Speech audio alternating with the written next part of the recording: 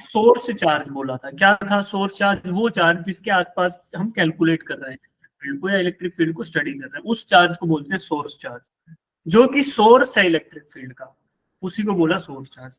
तो देखो source charge अपने आसपास के स्पेस में, अपने आसपास के दायरे में, अपने आसपास के फील्ड में, खाली जगह को बोलते हैं ना, मैदान को फील्ड बोलते हैं, तो खाली स्पेस में इलेक्ट्रिक फील्ड जनरेट करता है।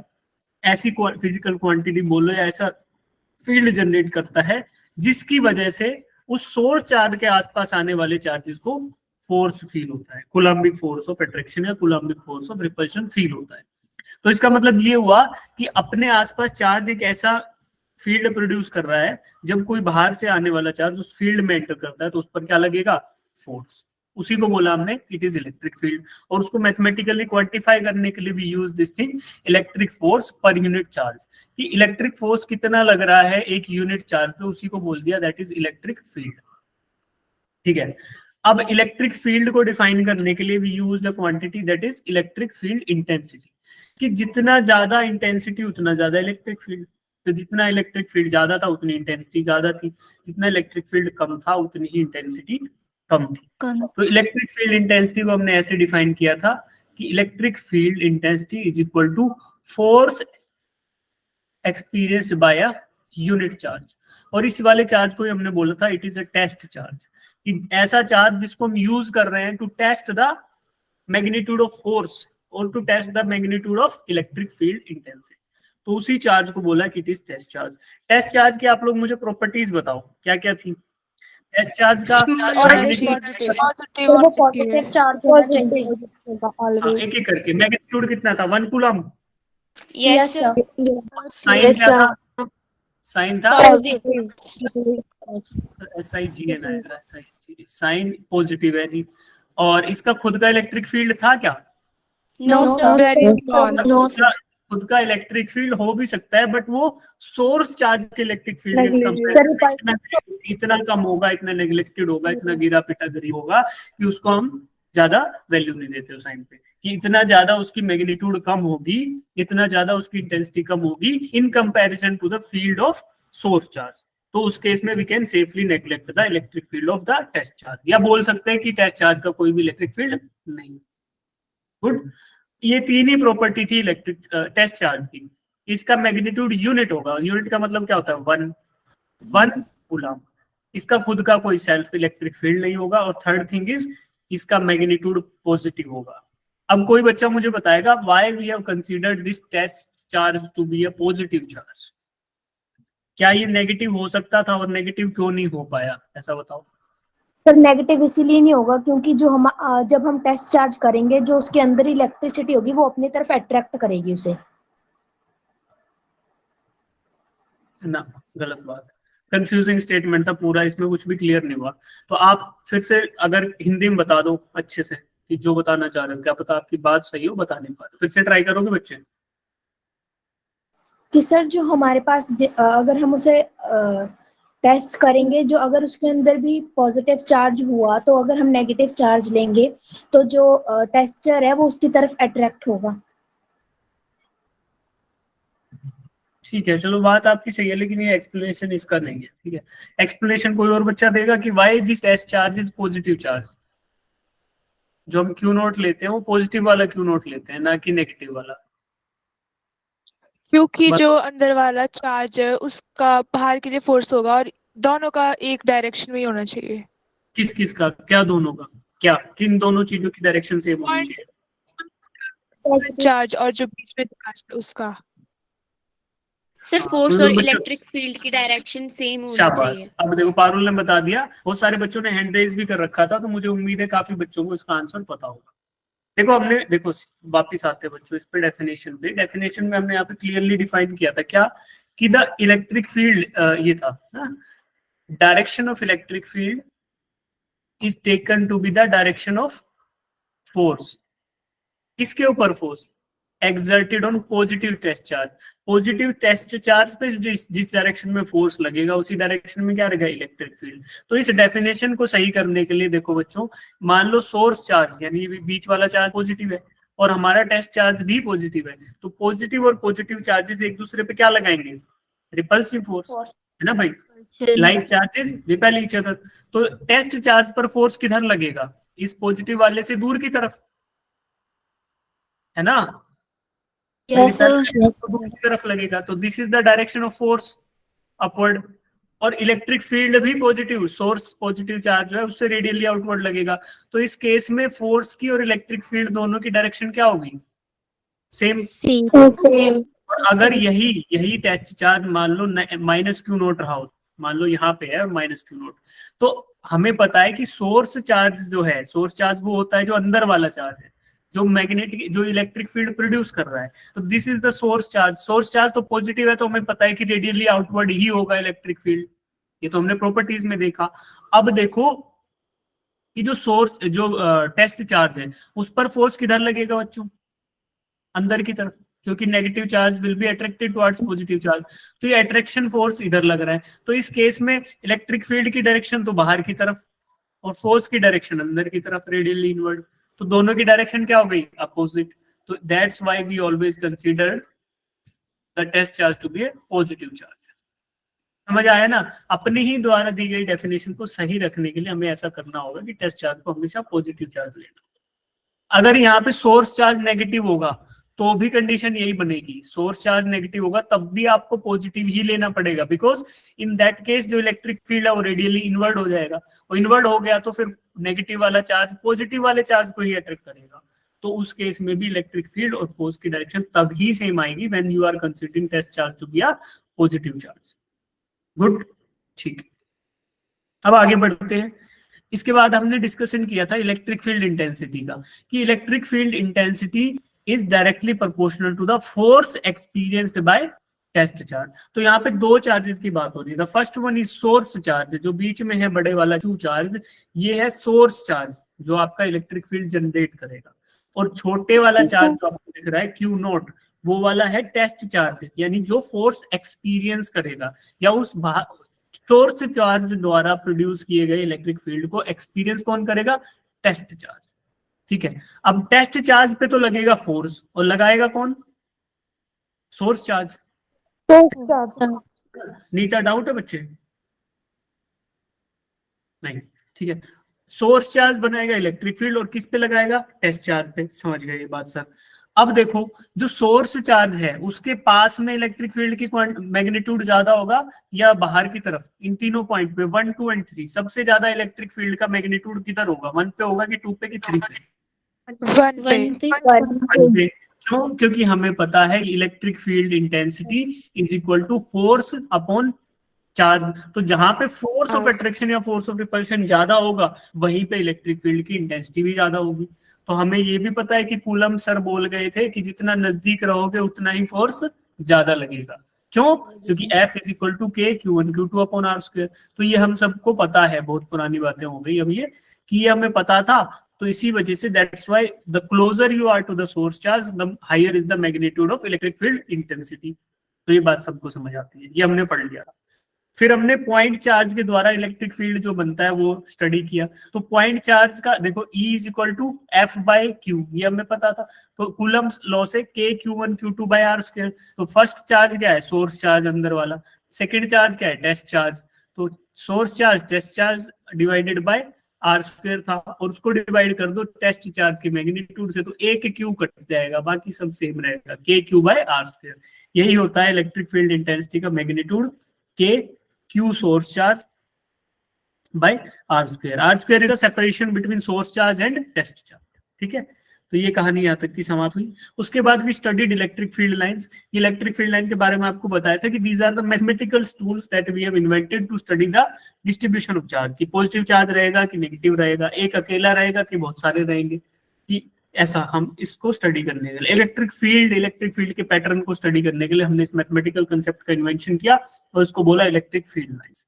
इसके बाद हमने जाना इसकी प्रॉपर्टीज के बारे में। तो पहली प्रॉपर्टी तो आपको स्क्रीन पर ही दिख रही है कि पॉजिटिव चार्ज से electric field line radially outward जाती है।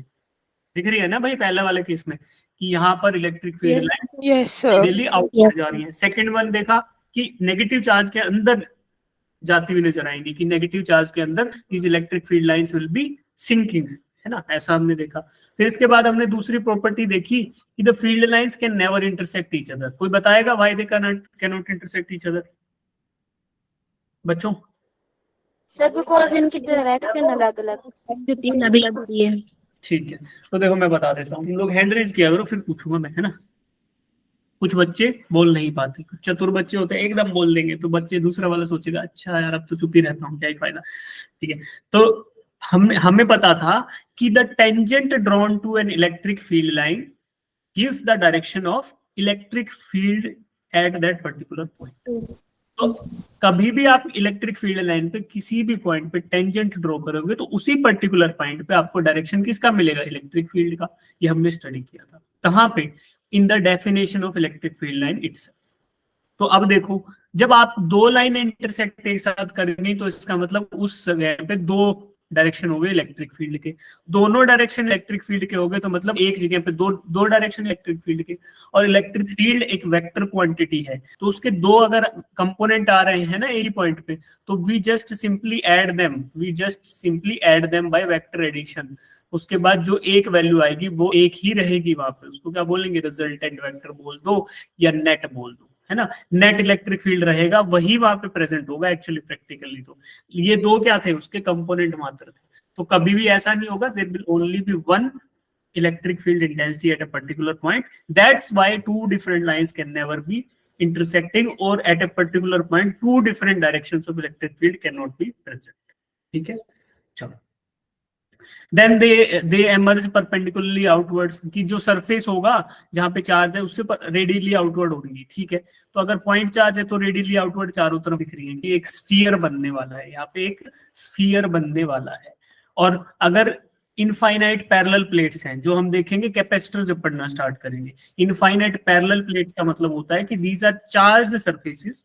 चार्ज सरफेस होंगे, अभी तो हमने पढ़ लिया, तो सरफेस चार्ज डेंसिटी इन दोनों सरफेसेस पे होगी। These are charged surfaces extended infinitely in both the positive and negative direction. तो पॉजिटिव में भी इनफाइनाइटली एक्सटेंडेड है और नेगेटिव में भी। तो उस केस में पॉजिटिव से स्टार्ट होंगी लाइनें और नेगेटिव के अंदर समाहित होती हुई नजर आएंगी। That's why they start from positive points and tends to be sinking in the negative plate. तो ऐसा होगा, और यहाँ पे परपेंडिकुलर होगा। That is what it is, it is perpendicular to the charge surface. तो ये प्रॉपर्टी है किसकी? इलेक्ट्रिक फील्ड लाइन की। इसमें थोड़ा वेरिएशन क्या आ सकता था? ऐसे आ सकता था कि ये इनफाइनाइट पैरेलल प्लेट ना होके एक फाइनाइट लेंथ की पैरेलल प्लेट्स हैं, तो ऊपर वाले पे पॉजिटिव चार्ज और नीचे वाले पे नेगेटिव चार्ज। तो बच्चों अंदर तो इसमें ऐसा होगा, ठीक है, समझ गया मैं कि यहाँ दो अंदर वाले पार्ट पे तो ये होगा, लेकिन बाहर वाले पे क्या होगा? फिर बाहर वाली जो लाइनें हैं they will try to deviate, उसमें ऐसा होने लगेगा, ये भी आ रही है, ये भी आ रही है, तो ऐसा होगा कुछ, है ना। ये वाले लूप्स जो हैं ये भी प्रेजेंट होंगे पॉजिटिव से जो नेगेटिव के पास आ रहे हैं। तो इसीलिए इनफाइनाइट जो होगा उसमें ये वाला पार्ट है ना, ये इससे लेफ्ट वाला और इससे राइट वाला, ये एब्सेंट होता है। क्यों? क्योंकि आप इन्फिनिटी तक अज्यूम कर रहे हो, तो उसको चांस ही नहीं मिल रहा है ऐसा करने। That is why infinite word is used there. तो ये हमने देख लिया। फिर magnitude of charge and the number of field lines both are proportional. ये आपको पता है कि जितना आप चार्ज के नजदीक हो, देखो यहाँ पे उतनी ही डेंसिटी ज्यादा होगी। भाई आप देखो यहाँ पे अंदर की तरफ देखोगे तो यहाँ पे अगर एक सर्कल ड्रॉ करता हूं मैं ऐसा, तो सर्कल में number of field lines per unit वहां पे आपको गहरी गहरी दिख रही है, बहुत सारी घनी घनी नजर आ रही है, और बाहर जैसे ही जा रहे हो वहां पे कम कम नजर आ रही है। तो higher the intensity of electric field more will be the density of electric field lines. तो ये प्रॉपर्टी यहाँ पे। फिर they start from positive charge and negative charge पे खत्म हो जाती है। तो हमें पता है अगर राइट साइड में देखो तो पॉजिटिव से पॉजिटिव अगर दो चार्ज प्रेजेंट है तो क्या होगा? They will try to repel the electric field lines of each other. एक दूसरे की इलेक्ट्रिक फील्ड लाइंस को रिपेल करने वाले हैं ये लोग, है ना। तो इसलिए ये हमें पता है, ठीक है। तो आप हमने ये भी देखा था। अभी बच्चों को क्या दिक्कत आ रही है भाई? मैसेज का बम्बार्डमेंट।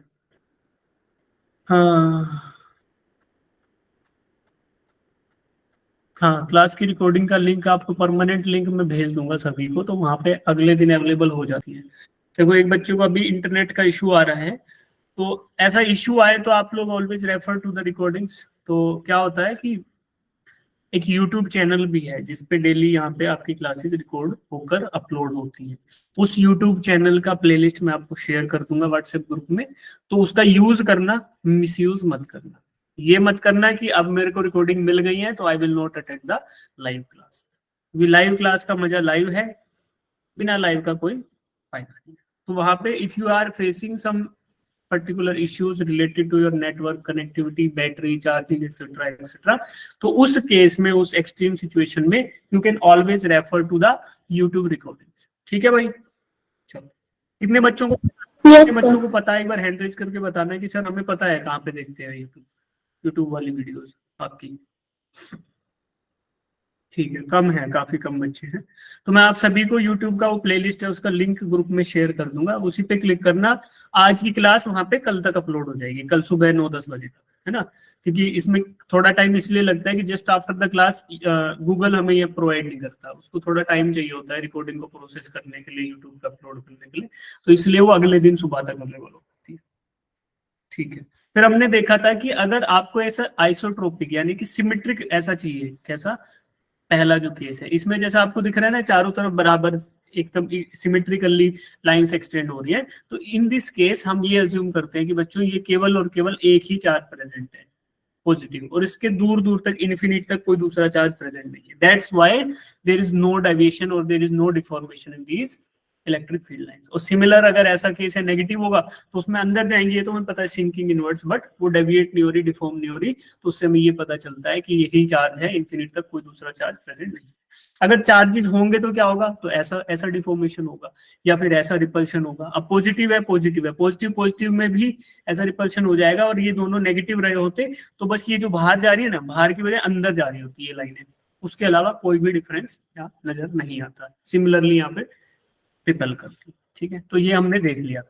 फिर भी studied superposition principle. Superposition principle का मतलब क्या था कि गिवन पॉइंट पे if you want to find out the electric field intensity due to some point charges, तो अलग अलग पॉइंट चार्जेस थे, उनकी वजह से गिवन पॉइंट पे we wanted to find out electric field intensity. तो कैसे करेंगे, इंडिविजुअल चार्जेस के पेयर ले लो, सबके द्वारा इंटेंसिटी निकाल लो, E1 E2 E3, उन सबको वेक्टर सम कर दो, तो आपको क्या मिलेगा, net electric field intensity net मिल जाएगी। तो सिंपल एडिशन ऑफ वेक्टर्स करना था, तो इसी को बोला था सुपरपोजिशन प्रिंसिपल।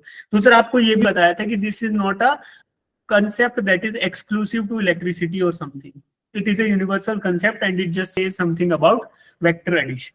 तो ये हम जान चुके थे, इसके बारे में बताया था कि M1D में भी हमने ये किया ज्योमेट्रिकली ट्रायंगल लॉ और पैरेललोग्राम लॉ द्वारा। देन वेक्टर रेजोल्यूशन कि भैया आई कैप वाले आई कैप इकट्ठे कर दो, जे कैप वाले इकट्ठे कर दो, के कैप वाले, तो उन वेक्टर्स को रिजोल्व किया, ऐड किया और हम आगे बढ़ गए। फिर ये क्वेश्चन सॉल्व किया जहां पे आंसर आया था 0। याद है कि बताऊं दोबारा से? सर याद है, सर याद है ना, टाइम वेस्ट नहीं करके। इस पे फिर ये वाला क्लास में करा दिया था, यस तो ये भी आप Yes, जिन्होंने sir. नहीं किया वो कर लेना। और एक क्वेश्चन ये था, ये 3D स्पेस में शायद ये भी करा दिया था मैंने। Yes sir, Yes, sir. ये तीनों क्वेश्चन है, ये कर लेना। इसके बाद अब हम स्टार्ट करते हैं एरिया वेक्टर से। आपको पता है एरिया वेक्टर नाम की कोई चीज होती है? हाँ जी, कितने बच्चों को पता है कि एरिया वेक्टर भी कुछ होता है? क्या बोल रहा है?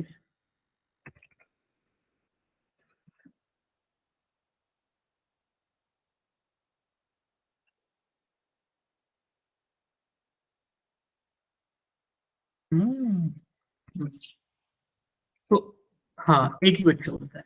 एरिया का तो पता होगा कि एरिया क्या होता है। हाँ जी, एरिया पता है, एरिया बच्चों को पता है कि एरिया कुछ चीज होती है, लेंथ इनटू ब्रेड्थ, है ना।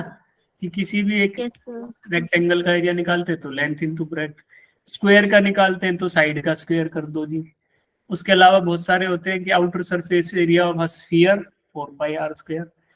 कोन का निकालते हैं तो क्या होता है, स्लांट हाइट 1/3 πr²h, है ना। ऐसा ऐसा होता है। सिलेंडर का वॉल्यूम निकालना होता है तो क्या करते हैं, वॉल्यूम नहीं, सिलेंडर का outer surface area, curve surface area 2πr/h,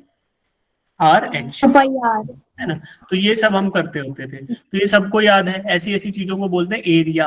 area मतलब we want to quantify the surface. एक कोई सरफेस है, उसके सतह को या उसके ऊपर एरिया जो है, सब जानते हैं, इसको क्वांटिफाई करना, तो उसी को बोला था एरिया। अभी तक हम अज्यूम करते थे area to be a scalar quantity, लेकिन कभी कभी हमें फिजिक्स में एरिया को एक वेक्टर क्वांटिटी के तौर पे भी अज्यूम करना पड़ेगा। तो this is area and area vector, this is मतलब क्या बोले इसको, ये कुछ उन चुनिंदा क्वांटिटीज में से है फिजिक्स में जिनको कभी कभी एज अ वेक्टर ट्रीट किया जाता है, कभी कभी एज अ स्केलर ट्रीट किया जाता है। ठीक है, तो अब देखो बच्चों कि एरिया हम जानते हैं, सबने फॉर्मूले रटे हैं, सबने अब तक एरियाज और इन सब की वैल्यूज निकाली है, बट एरिया वेक्टर क्या होता है वो बता दो। एरिया वेक्टर तो हम जानते हैं कि यार एक स्केलर होगा और उसके साथ कुछ ना कुछ डायरेक्शन आप प्रोवाइड कर दोगे, दैट मीन्स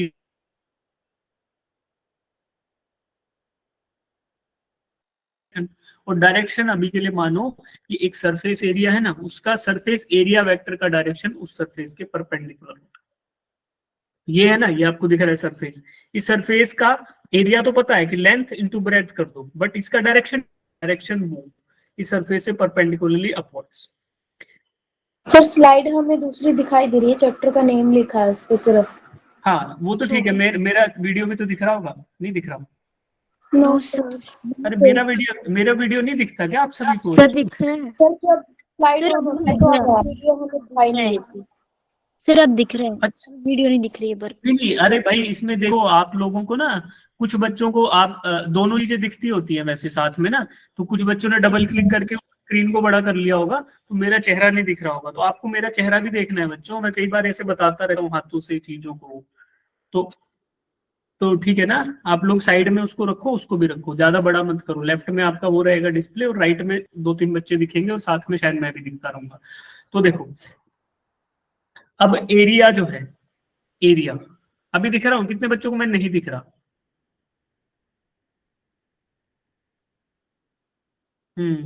तो भैया तुम एक काम करो, जहां पे आपको ये स्क्रीन शेयर दिख रहा है उस पर डबल टैप करो एक बार, जहां पे लिखा हुआ दिख रहा है उस पर टैप करो एक बार, डबल टैप कर लो या सिंगल टैप, तो फिर वो साइड में थोड़ा छोटा हो जाएगा और साइड में 1-2 नाम आ जाएंगे। सर ये उसका मतलब साइज इंक्रीज हो रहा है बट छोटा नहीं हो रहा है।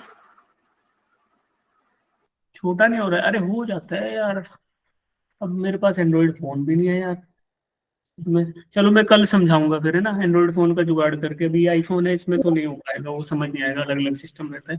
तो आप अभी के लिए काम चला लो, जो लोग कर पा रहे हो कर लो, नहीं तो मैं यूट्यूब वीडियो भेज दूंगा कि how to properly use Google Meet का ऐप। वैसे आप सबको आता भी होगा बट हो जाता है, थोड़ा सा कंफ्यूजन होगा, क्लियर होगा। अभी देखो कोई बात नहीं, मैं बता देता हूँ आपको कि एरिया वेक्टर क्या होता है। अभी यहाँ पे देख लो जिनको नहीं दिख रहा, ये एक सरफेस एरिया था ये वाला, इसका वेक्टर निकालना है तो सरफेस एरिया के परपेंडिकुलर आप ले लो, उसी को बोलते हैं एरिया वेक्टर। मैग्नीट्यूड तो हमें पता है कि ये वाला जो सरफेस है इसको आप कैलकुलेट कर लो, मे बी अगर ये सर्कल रहेगा तो आपको पता है क्या रहेगा, पाई आर स्क्वायर। उसके अलावा इसका मैग्नीट्यूड क्या रहेगा, perpendicular to this surface, perpendicular to this surface जो भी वेक्टर रहेगा that will be the area vector, vector area की डायरेक्शन। तो अगर आपको एरिया वेक्टर लिखना है, मान लो एस से डिफाइन करते हैं जनरली, तो एस का वेक्टर लिखना है तो एस का मैग्नीट्यूड एस और उसका कोई डायरेक्शन, उसके डायरेक्शन मतलब उसके परपेंडिकुलर डायरेक्शन में एक यूनिट वेक्टर। कभी भी डायरेक्शन डिफाइन करते हैं तो यूनिट वेक्टर को मल्टीप्लाई करते हैं मैग्नीट्यूड ऑफ द क्वांटिटी, और जो ये यूनिट वेक्टर एन है ये हमेशा उस एरिया के परपेंडिकुलर ही रहेगा। That is what is the definition of area vector, कि आप मैग्नीट्यूड कैलकुलेट कर लो जैसे भी अभी तक करते आए थे, बस उसमें एक डायरेक्शन वाला कंपोनेंट और ऐड कर दो और वो डायरेक्शन भी हमेशा फिक्स रहेगी, जो एरिया है उसके हमेशा परपेंडिकुलर। ठीक है, बस दिक्कत कहाँ आएगी, अब तो ये समतल था ना, एक यूनिफॉर्म एरिया था, उसका कोई एलिवेशन नहीं था, कोई कर्व नहीं था वहां पे, कर्वेचर नहीं था। बट अगर कभी कर्वेचर आ गया तो क्या करना है, हमें पता है कि कैलकुलस नाम की एक चीज होती है, हमें पता है कि डिफरेंशियल नाम की कोई चीज होती है, और ये भी नहीं पता तो हमें पता है इनफाइनाइटसिमली स्मॉल, कि अति सूक्ष्म टुकड़ा उठा लो, कोई छोटे से छोटा टुकड़ा ले लो, किसका, एरिया का, और उस एरिया के छोटे से टुकड़े पर ही कैलकुलेशन कर दो स्टार्ट। तो पूरा एरिया था, उसके छोटे छोटे टुकड़ों में तोड़ लो, हर एक टुकड़े का अलग डायरेक्शन रहेगा, सीधी सी बात है। तो अगर ये एक जैसा था तो हर बार जब भी आप डायरेक्शन लोगे परपेंडिकुलर, तो वो सारे के सारे वेक्टर एक ही डायरेक्शन में पॉइंट कर रहे होंगे, सारे के सारे वेक्टर एक ही डायरेक्शन में पॉइंट कर रहे होंगे। बट जब ये कर्वेचर हो गया तो हर एक पॉइंट पे जब परपेंडिकुलर डायरेक्शन लोगे तो हर एक पॉइंट पे वो डायरेक्शन अलग रहेगी एक दूसरे से, जब परपेंडिकुलर लोगे। तो इस केस में क्या कर सकते हैं, we can not find the direction vector, या फिर हम we can not find the direction of area vector for the complete figure at once. तो क्या कर सकते हैं, छोटे छोटे टुकड़े हैं उनका निकाल लो, यहाँ पे जो टुकड़ा रहेगा इधर कोई टुकड़ा होगा उसका इधर डायरेक्शन है, ये वाला छोटा टुकड़ा इधर रहेगा उसका ये डायरेक्शन है, ये वाला छोटा टुकड़ा रहेगा उसका ये डायरेक्शन है। तो दीज छोटे छोटे टुकड़ाज आर कॉल्ड एलिमेंटल एरिया। इनको बोलते हैं एलिमेंटल एरिया। एलिमेंटल मतलब छोटा छोटा, इकाई, इकाई होती है ना 1 2 3, तो दीज आर एलिमेंटल एरियाज, कि जितना आप इंक्रीमेंट करते हो छोटे छोटे टुकड़ों में, और इसी को बोलते हैं इनफाइनेटसिमली स्मॉल इंटरवल। कहाँ बोला था हमने, जब when we were studying about instantaneous speed and instantaneous velocity, वहां पे हम क्या कर रहे थे कि the displacement in infinitesimally small interval of time is called as instantaneous velocity. ये अति सूक्ष्म समय में जितना भी डिस्प्लेस किया वो आया इंस्टंटेनियस वेलोसिटी। छोटे से छोटे टाइम में जितना डिस्टेंस ट्रेवल किया वो आया इंस्टंटेनियस स्पीड। ऐसे ही छोटे से छोटे एरिया में जो डायरेक्शन है वही है डायरेक्शन ऑफ एरिया वेक्टर। तो यहाँ पे हम एलिमेंट्स लेते हैं और इसी एलिमेंट लेने वाली टेक्निक को बोला जाता है क्या, एलिमेंटेशन। नहीं बच्चों, कैलकुलस यार, कैलकुलस।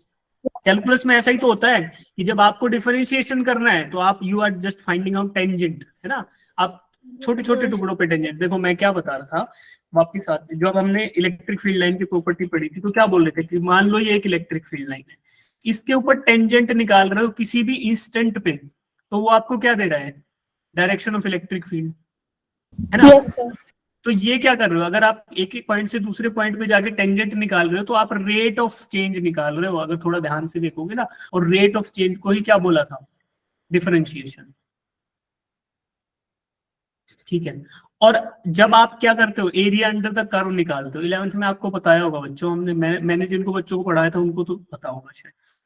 मान लो कोई कर्व है, इसके अंदर एरिया अंडर द कर्व निकाल रहे हो, तो छोटे छोटे टुकड़ों में, एक ये ले लिया, फिर पतली सी पट्टी और ले लिया ना, पतली सी स्ट्रिप, उसका एरिया निकाल, फिर इन सब एरियाज को आप ऐड कर दोगे तो क्या आपको total area under this curve मिल जाएगा।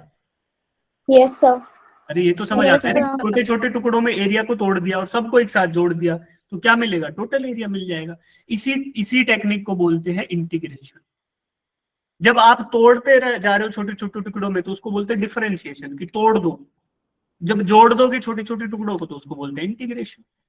तो जब आपको कुछ सम अप करना है कुछ छोटी छोटी चीजों को जिसका अलग अलग वेरिएशन है, देखो मैं इसमें क्या मैं फॉर्मूला लगा सकता हूँ, some type of formula, if I want to find out the area under this curve, ये वाला जो कर्व है इसके अंदर मैं एरिया लगाना चाहूँ, निकालना चाहूँ, तो क्या मैं कोई फॉर्मूला लगा सकता हूँ लेंथ इनटू ब्रेड्थ टाइप का या उस तरीके का, बताओ।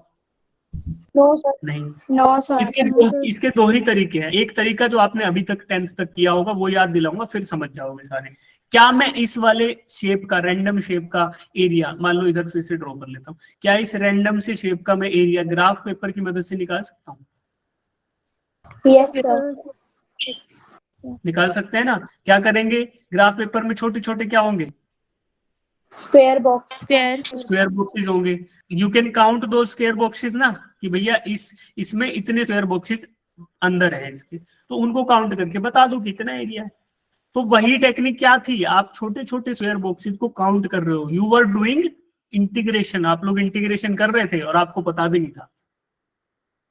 किया है ना ग्राफ वाला काम, कितने बच्चों ने किया है, बताओ एक बार हैंड रेज करके कि ग्राफ पे ड्रॉ करके हमने एरिया निकाला। हाँ ठीक है ना, आप लोग इंटीग्रेशन कर रहे थे अनजाने में, बट आपको ये नहीं पता था आप इंटीग्रेशन कर रहे हो। और अभी जब 11th में जब चीजें आएंगी, 11th में आई होंगी, दुखी किया होगा इंटीग्रेशन डिफरेंशिएशन ने, और अभी 12th में फिर से दुखी करेगा। अब जब इंटीग्रेशन डिफरेंशिएशन का नाम आता है तो आप क्या हो जाते हो, अरे भाई फिर से वही सांप आ गया, डसेगा हमें। कितने बच्चों को ये इस वाले सांप से डर लगता है, ये वाले से, है ना, ये वाले से फिर एक घुंडीदार सांप आ जाता है, क्लोज साइक्लिक इंटीग्रल जिसको बोलते हैं, है ना। तो सब लोगों को अभी ये सांप दुखी कर रहा है, सब लोगों को ये dx/dy या dx/dt ये सब चीजें दुखी कर रही हैं। बट आप लोग अभी तक करते आए हो बच्चों, आपने टेंजेंट भी ड्रॉ किया है, आपने रेट ऑफ चेंज भी निकाला है, आपने वेलोसिटी भी निकाली है डिस्प्लेसमेंट अपॉन टाइम करके। तो वो क्या था, that was differentiation. When you are calculating the velocity by dividing time, by dividing distance by time, तो वहां डिफरेंशिएशन ही तो किया भैया, उसी को बोला वेलोसिटी। और जब आपने ग्राफ से ऐसे छोटे छोटे टुकड़ों को एक साथ जोड़ा तो आपने क्या किया, इंटीग्रेशन। तो इन चीजों से डरना नहीं है, फंडामेंटली एवरीथिंग इज क्लियर। आप सबको सारी चीजें पता है, आपको सब कुछ पता है, बट उस चीज को जोड़ेंगे हम लोग, उस चीज को समझेंगे हम लोग, यार हम जो कर रहे हैं वो कुछ नया नहीं है, और उस कॉन्फिडेंस में भी रहेंगे कि ये सब चीजें when we will be practising new and new things, तो हमारे साथ जो धुआं है ना हमारे सामने वो छट जाएगा। अभी क्या होता है, क्वेश्चन आ गया, धुआं दिख गया, यार इसमें डिफरेंशिएशन लगेगा, अरे भाई क्या करूं। लेकिन इसे डरना नहीं है, इसके कुछ कुछ क्वेश्चन हमें करने हैं, 10 15 20 50, इतने क्वेश्चन कर लोगे इस टाइप के तो फिर डर ही नहीं लगेगा, फिर लगेगा क्या ही है ये, it is just another tool. और आप लोगों को थोड़ा ध्यान भी रखना है, क्योंकि आपका फंडामेंटली कोई सब्जेक्ट नहीं है अभी, आप लोगों ने मैथ का दामन छोड़ दिया 10th के बाद ना, तो अभी थोड़ा थोड़ा चीजों को थोड़ा सा प्रैक्टिस करेंगे तो हो जाएगा। अब एक चीज और बतानी थी यार तुमको, हाँ मैं भी ऐसा ही था, तुम ये मत सोचो कि तुम्हारे हालात ऐसे हैं, मेरा भी ऐसे हालात थे भाई, मुझे भी उतना ही बुरा लगता था 11th में 12th में इंटीग्रेशन डिफरेंशिएशन जितना तुम्हें लग रहा है। इनफैक्ट मैं तो एक टीचर से बोला था कि सर या तो आप मुझे बता दो कि ऐसी क्या नौबत आन पड़ी, ऐसी क्या दिक्कत आ गई थी कि जो मैंने अब तक 10th में किया है मैथमेटिक्स वो अब काम नहीं कर रहा, अब आपको क्या ऐसी नई चीजों की जरूरत पड़ गई। तो आप अगर ये बात तो मुझे बता दोगे तो मैं आगे पढ़ूंगा, नहीं तो मैं आपसे नहीं पढ़ूंगा। मैं तो ये बोल दिया था टीचर को। तो लेकिन आप जब ये चीजें करोगे ना क्वेश्चन तो आपको पता चलेगा। अब देखो इंटीग्रेशन का जरूरत कहाँ आ गया कि आपको मैं स्क्वायर दे दूं कि इसका ये 2 है ये 2 है, तो आप खटाक से बता दोगे कि sir this area is nothing but 4 square units, है ना, ये आप बता दोगे। लेकिन मैं ऐसा रैंडम शेप दे दूं फिर बोलोगे नहीं सर इसमें तो फॉर्मूला नहीं लग सकता, तो फिर कैसे करोगे, फिर ग्राफ पेपर की मदद से करेंगे। ग्राफ में भी क्या किया था, छोटे छोटे टुकड़े लिए, अब क्या बोलते हैं इंटीग्रेशन में, क्या बोलते हैं, ऐसे स्ट्रिप्स ले लो पतली पतली, उन सब का एरिया ले लो। भाई स्ट्रिप्स का तो हमें पता है ना कि इसकी हाइट h रहेगी, इसकी विड्थ मान लो dx रहेगी, तो total area of this strip is h dx, length into breadth. ऐसे ऐसे सारे स्ट्रिप ले लो, उन सबको जोड़ दो। तो हमने ग्राफ पे भी तो ये किया था भाई, छोटे छोटे स्ट्रिप्स थे, उनके एरिया कैलकुलेट करता चला गया।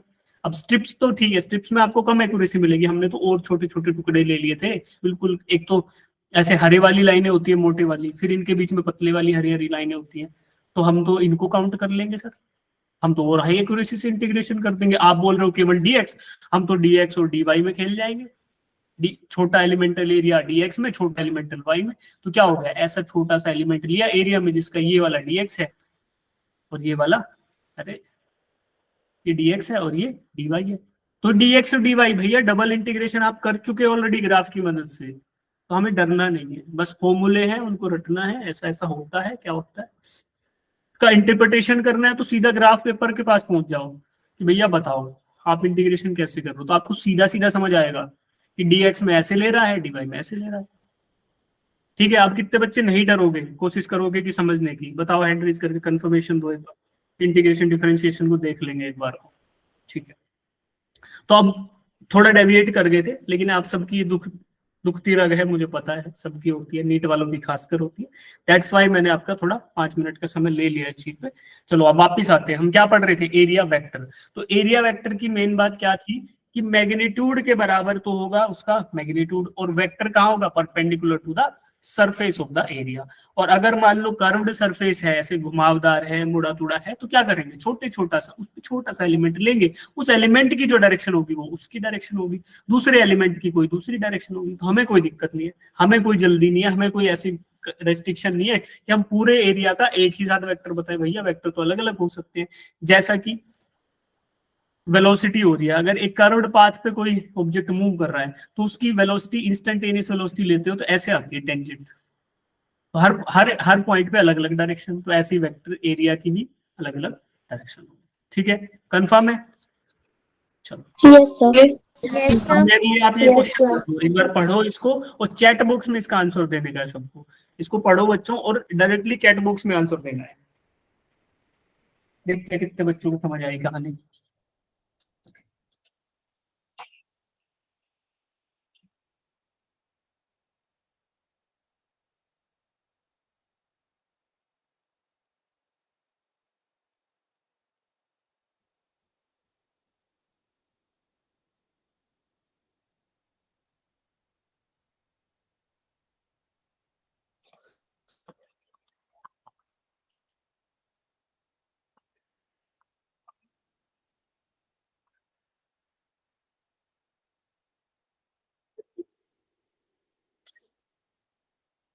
ठीक है भाई, शाबाश, वेरी गुड।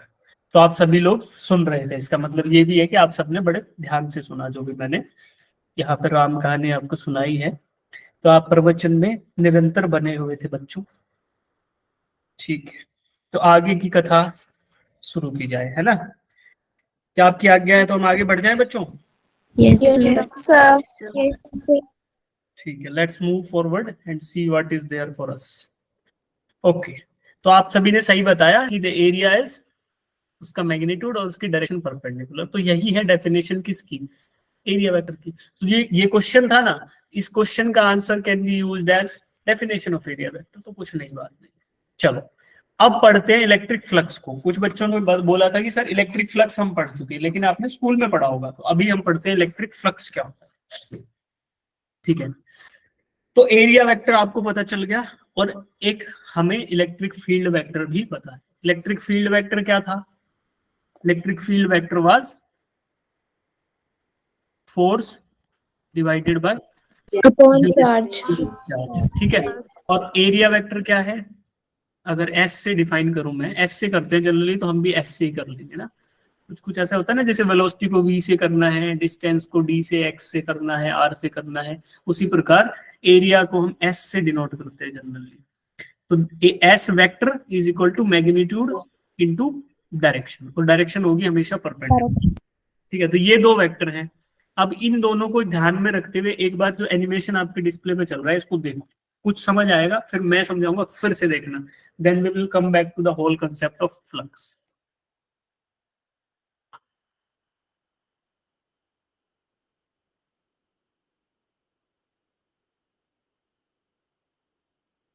अच्छा, आपको ये एनिमेशन ढंग से दिखता है कि एनिमेशन में फ्रेम ड्रॉप्स हो जाते हैं? सर ढंग से दिखता है। दिखता है ना? ढंग से दिखता है। कई बार गूगल ज्यादा चतुराई करके ना इनको गायब कर देता है, ऐसा भी हो जाता है, बट अभी अच्छा दिख रहा है तो बड़ी अच्छी बात। देखो इसमें दो चीजें हो रही है बच्चों।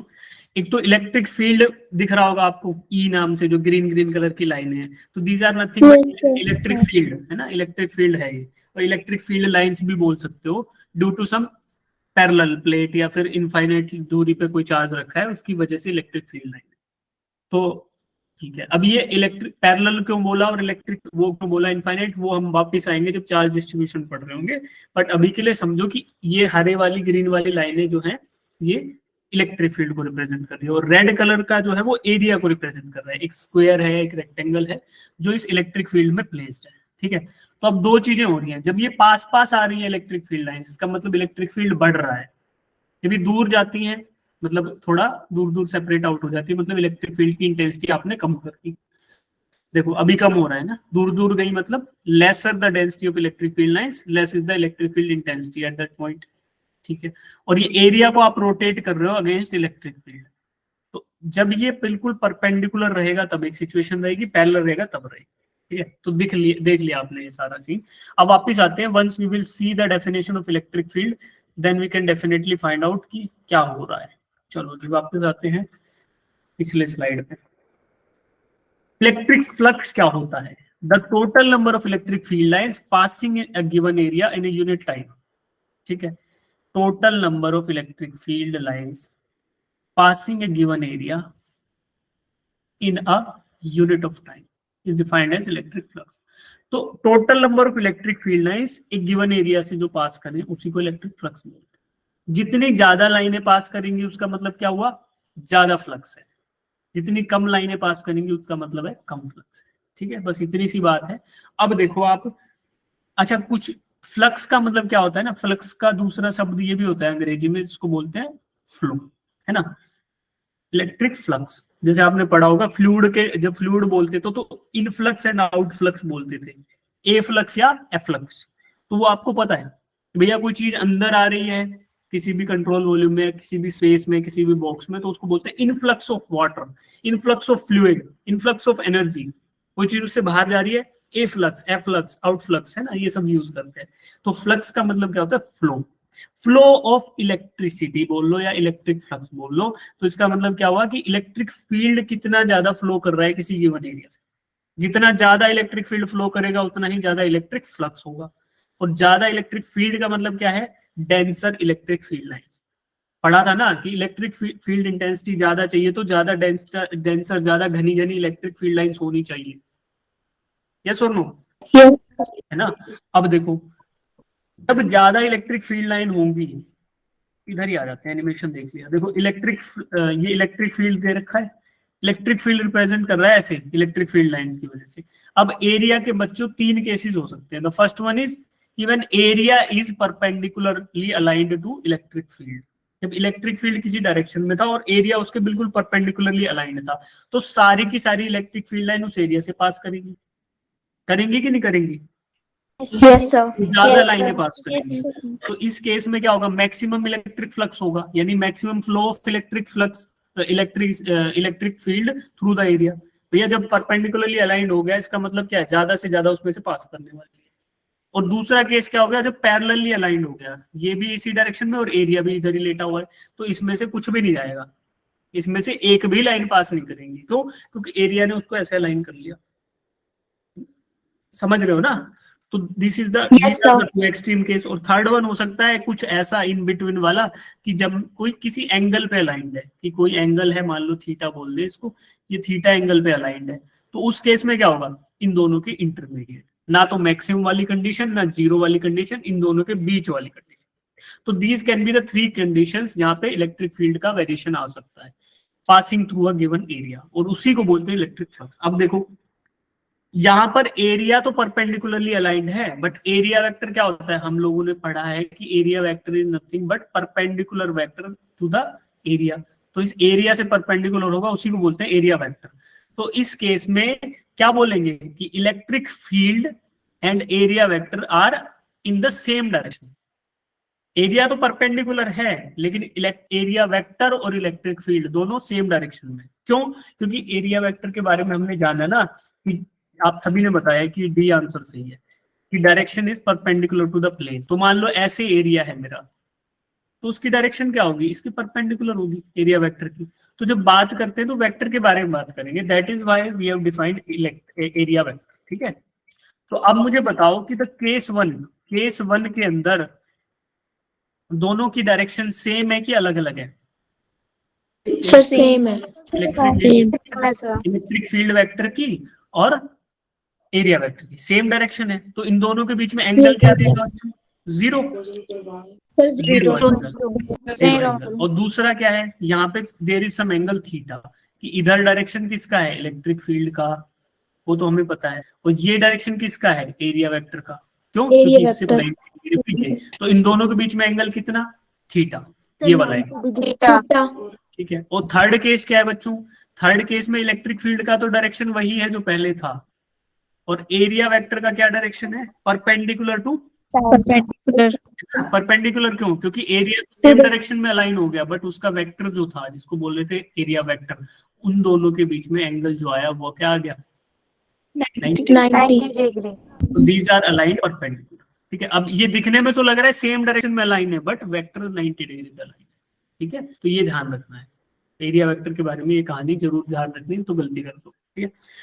अब देखो जब एंगल था 0 डिग्री तो फ्लक्स था 0 मैक्सिमम, यही गलती बोल रहा था, देखो आपने क्लास में कर दी। जब 0 डिग्री एंगल था तो फ्लक्स था मैक्सिमम। देखो एरिया में से जितनी इलेक्ट्रिक फील्ड लाइन जाएगी उतना फ्लक्स ज्यादा होगा, तो फर्स्ट केस में फ्लक्स सबसे ज्यादा है और एंगल कितना है, 0। भाई एंगल 0 और फ्लक्स मैक्सिमम। केस 2 है एंगल 0 नहीं है और ना 90 है, बट इंटरमीडिएट एंगल और इंटरमीडिएट फ्लक्स। थर्ड एंगल देखो कि जब एंगल मैक्सिमम हो गया यानी 90 डिग्री परपेंडिकुलर हो गया, उस केस में फ्लक्स क्या हो गया, 0। तो ट्रिग्नोमेट्री का ऐसा कौन सा फॉर्मूला है जो इस चीज को सेटिस्फाई करता है, जिसको बोलेंगे कोस थीटा। जब थीटा होगा 0 तो कोस थीटा होगा मैक्सिमम। मैक्सिमम वैल्यू क्या होती है, 1 होती है, पता है 1 होगा। और जब थीटा होगा 90, यानी थीटा की वैल्यू आपने लगभग मैक्सिमम रख दी है, उस केस में कोस थीटा क्या होगा, 0। ये वाला फंक्शन जो ये जो कहानी इधर हो रही है उसको मैं क्या कोस थीटा से रिप्रेजेंट कर सकता हूँ? इस वाली कहानी को साथ में लिखता हूँ कि it is E A cos theta. क्या फ्लक्स का मैग्नीट्यूड लिखना है तो ई ए कोस थीटा। ई क्या था? Magnitude of electric field. A क्या है? एरिया। तो जितना ज्यादा एरिया उतना ज्यादा फ्लक्स ज्यादा, जितना ज्यादा इलेक्ट्रिक फील्ड उतना फ्लक्स ज्यादा। तो इन दोनों को साथ लिखा, साथ में कोस थीटा लिखा। This is the formula for electric flux. तो इसको याद कर लेंगे हम लोग, ई ए कोस थीटा। आप सबने याद भी कर रखा होगा वैसे, आई थिंक स्कूल में पढ़ा। तो ई ए कोस थीटा। अब इसकी कहानी आपको पूरी की पूरी समझ आ गई कि इलेक्ट्रिक फ्लक्स है क्या।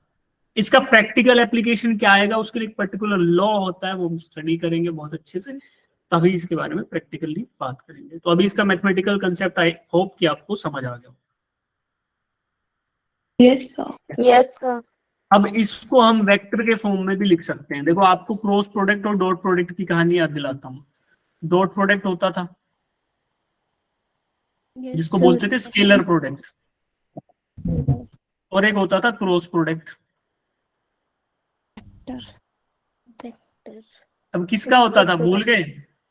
दो वेक्टर को आप डॉट प्रोडक्ट कर सकते हो, दो वेक्टर को आप क्रॉस प्रोडक्ट कर सकते हो। और डॉट प्रोडक्ट को बोलते थे स्केलर प्रोडक्ट, और क्रॉस प्रोडक्ट को बोलते थे वेक्टर प्रोडक्ट, वेक्टर। है ना। डॉट प्रोडक्ट जब मान लो एक वेक्टर ए है, उसको आप डॉट प्रोडक्ट करना है वेक्टर बी के साथ, तो क्या इसकी वैल्यू याद है आपको? धुआं धुआं ए बी कोस थीटा होती थी, है ना। और ए वेक्टर को क्रॉस प्रोडक्ट करना है दूसरे वेक्टर के साथ, तो उसको क्या बोलते हैं? साइन। ठीक है ना, ये आपको याद होना चाहिए क्योंकि आप पढ़ चुके हो। अगर इतना याद है तो बहुत सही, ठीक है। A B cos theta.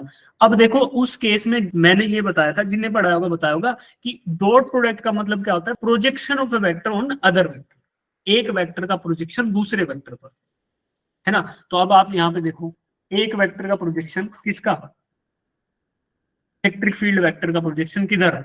इस वाले वेक्टर पे। तो इस पे पूरा का पूरा प्रोजेक्ट है, ऐसे आ रहा है, पूरा का पूरा इसी पे प्रोजेक्टेड है। That means maximum maximum projection. इधर आए तो इंटरमीडिएट और इधर आए तो जीरो, कुछ भी प्रोजेक्ट नहीं हो रहा। तो that is what is dot product. तो इसलिए हम इसको फ्लक्स को लिख सकते हैं dot product between electric field vector and area vector. तो बस ये सिंपल सी बात है, प्रोजेक्शन ही हो रहा है भैया। इलेक्ट्रिक फील्ड लाइन को एक टॉर्च समझ लो, और इस एरिया वेक्टर को समझ लो एक कोई भी गत्ते का टुकड़ा। तो आप देखो कि टॉर्च की मैक्सिमम रोशनी कब प्रोजेक्ट होगी इस पे? जब आप इसको परपेंडिकुलर रखोगे, तो तिरछा करोगे तो कम होगी, ऐसे करोगे तो बिल्कुल जीरो हो जाएगी, है ना। अगर इसको 1D 2D माने तो इसकी विड्थ कम हो जाएगी। तो ये हम एजम्पशन करके इसको ई ए कोस थीटा को ई ए लिख सकते हैं, that is product dot product. तो ये इतनी सी बात थी, आपको समझ आ गई होगी उम्मीद है। यहीं पे इंग्लिश में लिखी होगी यही सारी बातें। अब आगे बढ़ते हैं। बेस्ड अपॉन दिस थिंग, ये क्वेश्चन कर दो आप लोग मेरे लिए, और फिर वी कैन लीव, है ना। आप लोग ये क्वेश्चन कर दो, सिंपल सा क्वेश्चन है, बहुत प्यारा सा, कि आपको क्या निकालना है? फ्लक्स आपको यहाँ पे फाइंड आउट करना है बच्चों। और फ्लक्स क्या होता है? Area vector, sorry electric field vector into area vector, dot product दोनों का।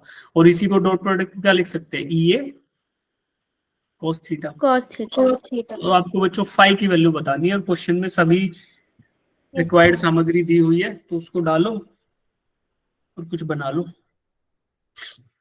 देखते हैं कितने बच्चे कर पाते हैं। जिनका आंसर आए चैट बॉक्स में डालना प्लीज, और हैंड रेज कर लेना। जो हमें छोड़ गए बच्चे, उनके लिए हम लास्ट में 2 मिनट का मौन रखेंगे। जो समय से पहले हथियार डाल देते हैं, वो युद्ध में अक्सर जीतेंगे कि हारेंगे बच्चों? बोलो। हारेंगे। हारेंगे. या जिसने जिसने पूरा टाइम हथियार नहीं पकड़ा रखा वो हार जाएगा। और आपका हथियार क्या है? एक स्टूडेंट का हथियार क्या होता है? Pen. पेन ना, उसकी कलम में ताकत होती है। तो देखो, तो आप करो इस क्वेश्चन को। जब तक क्वेश्चन ही नहीं किया तो फायदा क्या भैया? सब पढ़ लिया, सब चार्ट लिया, रहे सर मजा आ गया, क्या पढ़ाया आपने, वाह वेक्टर भी रिवाइज करा दिया सर, बहुत मजे आए। लेकिन मजे लेने के लिए थोड़े आते हैं यार, पेपर क्लियर करना है। तो ये क्वेश्चन करो, बहुत सिंपल है, और आंसर चैट बॉक्स में डालो। अब मैं चुप रहा हूँ, अब करो।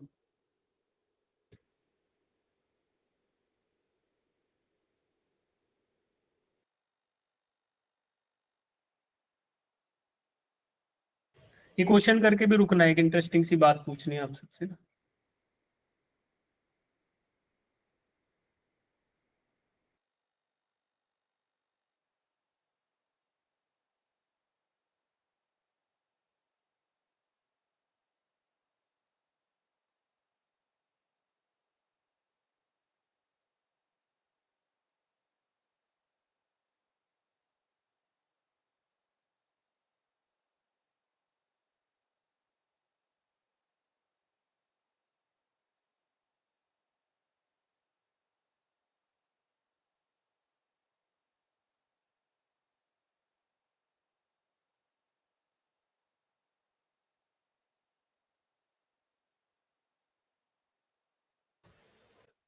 इतनी देर क्यों लगा रहे हो भाई? मेरा मन घबरा जाता है जब तुम इतना समय लगा लेते हो। देखो क्या क्या दिया हुआ है इधर, आपको क्वेश्चन में क्या क्या दिया है। इलेक्ट्रिक फील्ड का मैग्नीट्यूड दे रखा है, ई की वैल्यू क्या दी है बताओ? 500। क्या ये एसआई यूनिट्स में है? वोल्ट और मीटर। अब इस यूनिट का कुछ बच्चों को नहीं पता होगा, बट मेरी बात मान लो अभी कि ये एसआई यूनिट में दी हुई है, ठीक है। उसके बाद थीटा की वैल्यू क्या दी है? 30 डिग्री। और एरिया की वैल्यू क्या दी है? एरिया का मैग्नीट्यूड क्या दिया है? 0.5 मीटर। तो can we just find out this 5? इसकी वैल्यू क्या होगी? E A cos theta. तो ई है 500, ए क्या है? 0.5, और कोस 30। ठीक है, कितने बच्चों ने ऐसे लिख लिया था? आंसर तो चलो सोल्व करके जो आएगा आ जाएगा डेसिमल में। कितने बच्चों ने ये ऐसे लिख लिया था कि ऐसे आएगा आंसर? हाँ, जिनने लिख लिया था हैंड रेज कर लो सबके सब, और हैंड रेज ही रखो, देखते हैं कितनों ने किया था। ये भी देखे कितने बच्चे सो रहे हैं क्लास में। देखो कुछ बच्चों का आ गया आंसर। तो इसको जब सोल्व करोगे तो 216.5068 ऐसा आएगा, ठीक है। 216.5068। यूनिट क्या आएगा बच्चों? यूनिट क्या आएगा? Sir volt metre square. Volt metre sir, V M पर देखो, मीटर। कोस थीटा का क्या कोई यूनिट होता है? No sir. यूनिट लेस हो गया, ठीक है। तो न्यूमरेटर का यूनिट क्या होगा? इसमें घबराते नहीं है यूनिट में, टेंशन। कुछ बच्चों को तो बहुत अच्छा आता है, मुझे पता है, बट यूनिट ई और ए मल्टीप्लाई हो रहे हैं, ई और ए और कोस थीटा। तो यूनिट ऑफ ई क्या होगा बच्चों? यूनिट ऑफ ई दे रखा है वोल्ट पर मीटर। यूनिट ऑफ ए क्या है? Metre square. और कोस थीटा का कोई यूनिट है नहीं, तो इसकी जगह 1 लिख दे। क्या आएगा? वोल्ट पर मीटर क्यूब। नहीं भाई, अरे मीटर नीचे वाला इनवर्स। Volt meter. किसी मीटर उड़ गया ऊपर का, तो वोल्ट मीटर में क्या है यार? वोल्ट मीटर, वोल्ट मीटर, ठीक है ना। कितने बच्चों को समझ आ गई है बात? ये ठीक है, आ गई होगी मुझे उम्मीद है। तो रुक जाते हैं यहीं पे। इसके आगे की कहानी, एक क्वेश्चन और है वो करेंगे, डाइपोल क्या है वो पढ़ेंगे। तो अभी अटेंडेंस मैंने आपकी लगा दी है, जितने बच्चे भी आए थे तुम्हारी सबकी अटेंडेंस लग गई है।